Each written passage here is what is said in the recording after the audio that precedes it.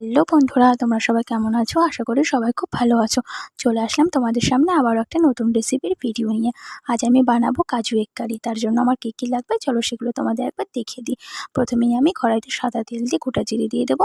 কেটে রাখা পেঁয়াজ, টমেটো, আদা, রসুন দিয়ে ভালো করে ভেজে নেব। এরপরে কয়েকটি কাঁচা লঙ্কা ও কাজু বাদাম দিয়ে সবগুলোকে একসাথে ভালো করে ভেজে আমি তুলে নেব। এরপরে মশলাগুলো ঠান্ডা হলে আমি একটা মশলার পেস্ট আমি ভালো করে বানিয়ে নেব। একই কড়াইতে একটি শুকনো লঙ্কা, তেজপাতা, গোটা জিরে, গোটা গরম মশলা দিয়ে ভালো করে নেড়েচেড়ে বানিয়ে রাখা মশলার পেস্টটিকে আমি দিয়ে দেবো। এরপরে মশলাটাকে ভালো করে কষে লবণ গুঁড়ো, হলুদ, জিরের গুঁড়ো, লঙ্কার গুঁড়ো দিয়ে ভালো করে কষে নিয়ে ফেটিয়ে রাখা টক দই দিয়ে ভালো করে কষিয়ে নেব। আগে থেকে সিদ্ধ করে ভেজে রাখা কয়েকটি ডিম ও আলুর টুকরো দিয়ে ভালো করে এবার কষে নেব। এরপরে আমি দুধ দিয়ে দেবো, তোমরা চাইলে দুধ নাও দিতে পারো।